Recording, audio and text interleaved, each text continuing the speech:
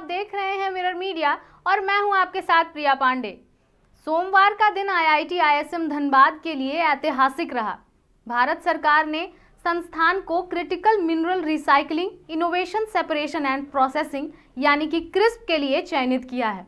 इसी अवसर पर सोमवार को संस्थान परिसर में नेशनल कॉन्फ्रेंस ऑन क्रिस्प 2025 का भव्य शुभारंभ हुआ। यह 3 दिवसीय सम्मेलन 13 से 15 अक्टूबर तक गोल्डन जुबली लेक्चर थिएटर में आयोजित किया जा रहा है। उद्घाटन समारोह में नीति आयोग के सदस्य और पद्म भूषण डॉक्टर वी.के. सारस्वत, जिन्हें लोग मिसाइल मैन के नाम से भी जानते हैं, मुख्य अतिथि के रूप में शामिल हुए। उनके साथ आईआईटी आईएसएम के निर्देशक प्रोफेसर सुकुमार मिश्रा, प्रोफेसर धीरज कुमार, प्रोफेसर आरती कुमारी तथा विभिन्न कंपनियों के निदेशक जिन्होंने संस्थान के साथ एमओयू किया है, वह भी उपस्थित रहे। अब हम आपको बताते हैं कि क्रिटिकल मिनरल्स आखिर होता क्या है। दरअसल क्रिटिकल मिनरल्स वो खनिज है जो आर्थिक विकास और राष्ट्रीय सुरक्षा के लिए आवश्यक है, लेकिन इनकी आपूर्ति सीमित है या इसकी आपूर्ति श्रृंखला में व्यवधान का जोखिम है। इन्हें अक्सर 21वीं सदी का तेल कहा जाता है क्योंकि ये स्वच्छ ऊर्जा, उच्च तकनीक वाले इलेक्ट्रॉनिक्स, परिवहन और रक्षा जैसे क्षेत्रों के लिए महत्वपूर्ण है। भारत ने राष्ट्रीय क्रिटिकल मिनरल मिशन के तहत 30 खनिजों की पहचान की है, जिनमें लिथियम, कोबाल्ट, ग्रेफाइट और दुर्लभ पृथ्वी तत्व जैसे कि रेयर अर्थ एलिमेंट शामिल हैं। क्रिटिकल मिनरल्स के रिसाइकलिंग को बढ़ावा देने और आपूर्ति श्रृंखला को मजबूत करने के लिए 1500 करोड़ की एक नई योजना को मंजूरी दी गई है। मीडिया से बातचीत में डॉक्टर सारस्वत ने कहा कि विकसित भारत 2045 के लक्ष्य को ध्यान में रखते हुए भारत सरकार ने यह पहल की है ताकि देश में रेयर मेटल्स के लिए विदेशी निर्भरता से मुक्ति मिल सके। उन्होंने बताया कि इस उद्देश्य से देश भर में आईआईटी आईएसएम समेत 7 नेशनल सेंटर ऑफ एक्सीलेंस स्थापित किए गए हैं, जो भारत को आत्मनिर्भर बनाने की दिशा में बड़ा कदम है। अपने संबोधन में उन्होंने यह भी कहा कि लिथियम, कोबाल्ट, निकेल और रेयर अर्थ एलिमेंट जैसे कि क्रिटिकल मिनरल्स की खोज, पुनर्प्राप्ति और रिसाइकलिंग में नवाचार की आवश्यकता बताई। उन्होंने कहा कि secondary resources valorisation, advance solvent extraction, bio leaching और एआई आधारित प्रोसेस मॉनिटरिंग जैसी आधुनिक तकनीकों को अपनाने से भारत वैश्विक स्तर पर अग्रणी भूमिका निभा सकता है। वहीं प्रोफेसर सुकुमार मिश्रा ने अपने संबोधन में कहा कि आईआईटी आईएसएम धनबाद को हाल ही में centre of excellence in critical mineralisation का दर्जा मिला है और यहां India UK critical minerals observatory भी स्थापित की जाएगी। उन्होंने कहा कि क्रिटिकल मिनरल्स भविष्य की ऊर्जा और औद्योगिक जरूरतों के लिए अत्यंत आवश्यक है और इस दिशा में सतत नवाचार ही आत्मनिर्भरता का मार्ग प्रस्तुत करेगी। कार्यक्रम की शुरुआत दीप प्रज्वलन से हुई। इसके बाद प्रोफेसर आरती कुमारी ने स्वागत भाषण दिया, प्रोफेसर शत्रुघ्न सोरेन ने विभागीय पहल की जानकारी साझा की और प्रोफेसर विष्णु ने धन्यवाद ज्ञापन प्रस्तुत किया। इस दौरान बुक ऑफ एब्स्ट्रैक्ट का विमोचन और अतिथियों का सम्मान भी किया गया। आज इस कॉन्फ्रेंस में national conference on mine minerals materials के ऊपर जो है इनोवेशन, रिसर्च, डेवलपमेंट, इन सब विषयों पर हम लोग बातचीत कर रहे हैं। ये कॉन्फ्रेंस हमारे देश को माइंस और मिनरल्स में, क्रिटिकल मिनरल मटेरियल्स में सेल्फ रिलायंट बनाने के लिए एक बहुत अच्छा कदम है। इसमें देश विदेश से आए हुए रिसर्चर्स, इंडस्ट्री पार्टनर्स, एकेडमिशियंस सब शामिल हो रहे हैं और विभिन्न विषयों पर इसमें चर्चा हो रही है। हमारे देश ने क्रिटिकल मिनरल मटेरियल्स का एक मिशन लॉन्च किया है, national mission on critical minerals and materials. उसका उद्देश्य ये है कि हमारा देश 2047 में जब हम 100 साल पूरे करेंगे, क्रिटिकल मिनरल मटेरियल्स में सेल्फ रिलायंट हो जाए। उसके लिए सरकार ने काफ़ी प्रावधान किए हैं, पैसा लगाया है, नेशनल सेंटर ऑफ एक्सीलेंस खोला है, ISM Dhanbad, IIT ISM Dhanbad में भी एक सेंटर खोला गया है। इसका उद्देश्य ये है कि इन विषयों पर रिसर्च हो और जो रिसर्च हो वो इंडस्ट्री को दी जाए और इंडस्ट्री उसको आगे लेकर एक बहुत बड़ा एक संस्थान बनाए जिससे हमें ये मिनरल्स और मेटल्स बाहर से इंपोर्ट नहीं करने पड़े। हमारे जितनी भी मेजर प्रोग्राम्स हैं, चाहे एनर्जी ट्रांजिशन प्रोग्राम हो या स्मार्ट ट्रांसपोर्टेशन प्रोग्राम हो या हमारा नेशनल डिफेंस का प्रोग्राम हो या हमारा प्रोग्राम हो इलेक्ट्रॉनिक्स का हो, हर क्षेत्र में इन क्रिटिकल मिनरल्स की आवश्यकता है और आज हम इंपोर्ट डिपेंडेंट हैं।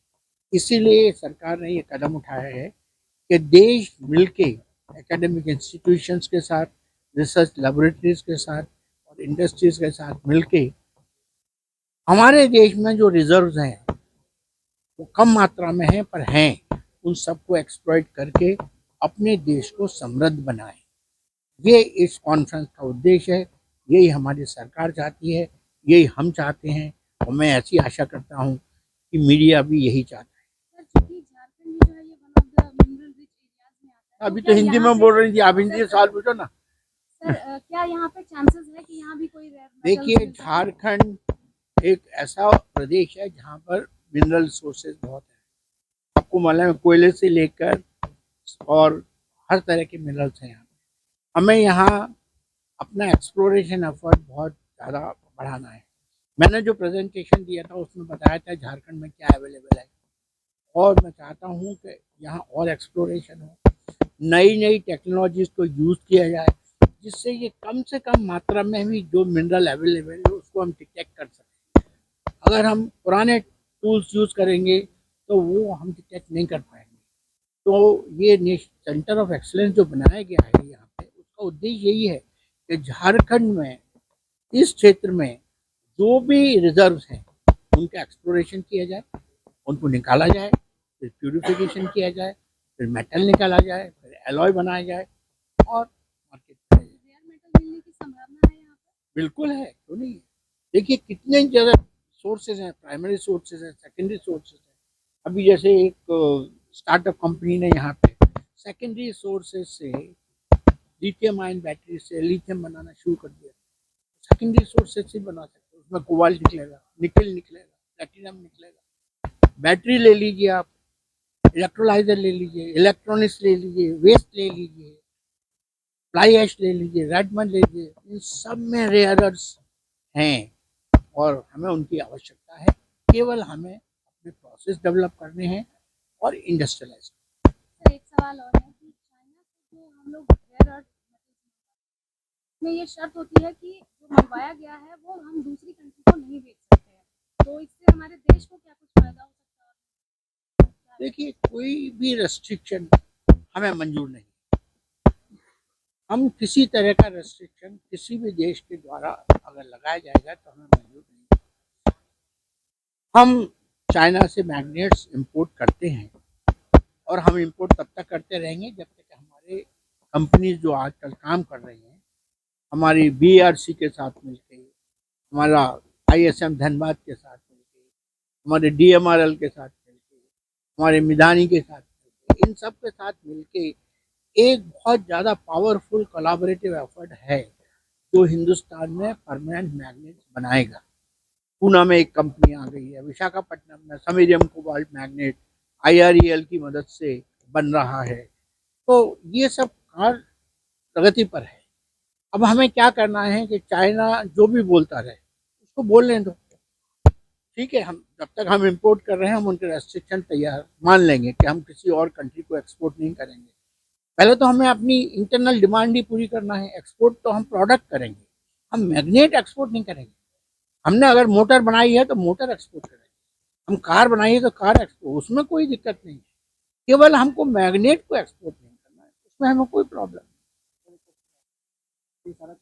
ये नेचुरल रिसोर्सेज हैं, तो माइनिंग जब हम करेंगे तो उसमें क्लाइमेट इम्पैक्ट होता है, निगेटिव इम्पैक्ट होता है, पॉजिटिव इम्पैक्ट नहीं होता, नेगेटिव इम्पैक्ट होता है। क्या इम्पैक्ट है? क्योंकि हम जितना भी काम करेंगे उसमें एनर्जी लगती है और एनर्जी हमारी कार्बन इंटेंसिव है, तो उससे कार्बन प्रदूषण होता है। दूसरी चीज़ है डस्ट पार्टिकल्स जाते हैं, हम तरह तरह के यंत्र यूज़ करते हैं उनको बनाने में कार्बन। तो माइनिंग एक ऐसा सब्जेक्ट है जो कि पॉल्यूशन करता है, इसलिए इसमें एक विशेष कार्यक्रम जारी किया गया, क्या है, सस्टेनेबल माइनिंग, जनरेशन 4 माइनिंग। जिसमें ऐसे प्रोसेसेस यूज किए जाएं जो प्रदूषण ना करे, जो रिन्यूएबल एनर्जी को यूज करे और जो ज़्यादा से ज़्यादा इंक्लूसिव हो, मतलब मैनुअल लेबर उसमें कम हो, हमें रोबोट्स का यूज़ कर सकें, जिससे हमारी जो ट्रेजरी है, हमारे जो मजदूर भाई हैं जो खदान में जाके गड्ढे खोदते हैं, वो सब कम हो जाए, वो सब मशीनों द्वारा हो। तो इन सब को बोलते हैं सस्टेनेबल माइनिंग। और इसके ऊपर ISM धनबाद में भी बहुत काम हो रहा है, कई लेबोरेटरीज में उसके ऊपर काम हो रहा है और ये एक टेक्नोलॉजी है जो कि इस चीज़ को कम कर देगी। जिस तरह से ऑलरेडी हमने कितने 4 या 5 7 नेशनल सेंटर ऑफ एक्सीलेंस खोले हैं। IIT Dhanbad is one of them. और हम IIT धनबाद से एक्सपेक्ट करते हैं कि यहाँ हम एक विशेष रिसर्च प्रोग्राम चालू करें, एक्सपर्ट्स को यहाँ पे लाके एक रिसर्च प्रोग्राम चालू करें, कमेटी ऐसी बनाएं जो कि इन सब विषयों पर आगे जाके हम कहाँ कहाँ क्या प्राप्त कर सकते हैं, कौन सा प्रोसेस अच्छा है, कौन सा प्रोसेस खराब है, किस तरह से हमें वैल्यूएशन होगा, तरह तरह की टेक्नोलॉजीज होंगी, इन सब विषयों पर काम करें और हमें एक बड़ा अच्छा डॉक्यूमेंट बना के दें जिसको कि हम आगे ले जा सकें। हम इस दिशा में भी काम कर रहे हैं। देखिए, ये कॉन्फ्रेंस जो हो रहा है, हम सेंटर ऑफ एक्सेलेंस अभी रिसेंटली हमको गवर्नमेंट ऑफ इंडिया से मिला है। उसमें इवन प्राइम मिनिस्टर अभी रिसेंटली 2 या 3 दिन पहले उनका जो एड्रेस में उसके ऊपर जो ऑब्जर्वेटरी होगा उसको भी मेंशन किया। उसके बाद ये कॉन्फ्रेंस आ गया। सो ये जो सीक्वेंस हुआ, इसके कारण ये कॉन्फ्रेंस एकदम सही टाइम में IIT धनबाद में हो रहा है। एंड इसीलिए मैं हमारा जो ऑर्गेनाइजेशन जो कॉन्फ्रेंस करा रहे हैं उनको बहुत बहुत धन्यवाद दूंगा। और ये बहुत इम्पोर्टेंट टॉपिक है एंड ये इंडिया का इकोनॉमिक्स एंड विकसित भारत दोनों बनाने में इसका सहयोग बहुत रहेगा। IIT ISM धनबाद का इस मिशन में चयन न केवल झारखंड बल्कि पूरे देश के लिए गौरव की बात है। यह पहल भारत को रेयर मिनरल्स के क्षेत्र में आत्मनिर्भरता की ओर ले जाने वाला एक ऐतिहासिक पड़ाव साबित हो सकता है। फिलहाल इस खबर में इतना ही। ऐसे ही तमाम रोचक जानकारियों के लिए देखते रहें मिरर मीडिया। नए दौर की नई कहानी लिखने, खबरों को नए अंदाज में आप तक पहुंचाने के लिए मिरर मीडिया के चैनल पर अब हम आपको मिलेंगे पूरे 24 घंटे। जियो टीवी के चैनल नंबर 4088 पर, इसके साथ ही जियो टीवी ऐप और Amazon Fire TV पर भी।